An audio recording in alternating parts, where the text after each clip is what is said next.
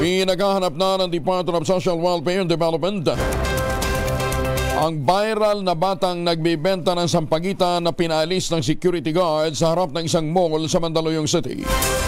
Sa panayam ng DZRH at ng radyo natin, sinabi ni Assistant Secretary Irene Doblao, nagutos na si Social Welfare Secretary Rex Gatchalian magsagawa ng case management para makuha ang mga impormasyon tungkol sa bata at ang pamilya nito. Nakikipag-ugnayan na rin ang DSWD sa City Social Welfare Development ng lugar kung saan natukoy na naninirahan ng pamilya para magsagawa ng psychological first aid para sa bata. Sabi ni Dumlao, posibleng makasama kasi ang karanasang ito sa paglaki at development ng bata kaya't kinakailangan ng home visitation para malaman ang nararapat na intervention.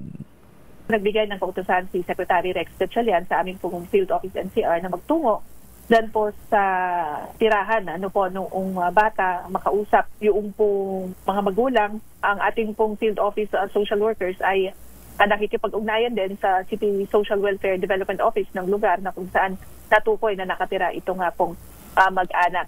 Magsasagawa nga po ng psychosocial first aid doon sa bata because this experience might have a post-trauma. Magsasagawa tayo ng home visitation, magkakaroon ng case management po so that we could identify also appropriate interventions na ibibigay din sa bata, gayon din sa kanya kung pamilya. Samantala, dagdag pa ng opisyal, meron din tinatawag na case referral pathway sakaling naisin ang pamilya nito na magsampa ng kaso laban sa security guard na sangkot sa naturang insidente. Kung halimbawa yung client po ay gusto niya na mag-pursue ng o mag-file ng criminal charges against that individual na nakapanakit po sa kanya, meron po tayong tinatawag na case referral pathway na kung saan pwede po natin itulungan, i-refer doon sa appropriate offices na maaring pong makatulong o maka-assist sa kanila para po ma-pursue yung gusto nilang mangyari. So, iniimbestigahan na ng PNP Supervisory Office for Security and Investigation Agency o SOSIA ang viral video ng isang gwardiya at batang sampagita vendor sa SM Mega Mall. Makikita kasi sa viral video ang pagsita ng sikyo sa batang babae na naka-school uniform nagbebenta ng sampagita sa harapan ng mall.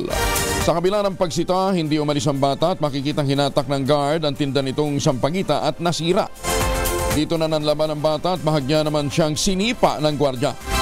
Sinabi ng Civil Security Group Public Information Office Chief na si Police Lieutenant Colonel Yudisan Gulciano, agaran nilang inaksyonan ng naturang insidente. Tinitingnan din nila ang lahat ng posibleng pananagutan ng security guard at ng kanyang agency dahil sa pangyayari. Ang titiyak naman ni Gulciano, magiging patas at mabilis ang kanilang investigasyon. Paalala naman ng Civil Security Group sa lahat ng mga private security personnel, sundin ang PSP CREED, pati na ang Code of Ethical Standards sa kanilang propesyon.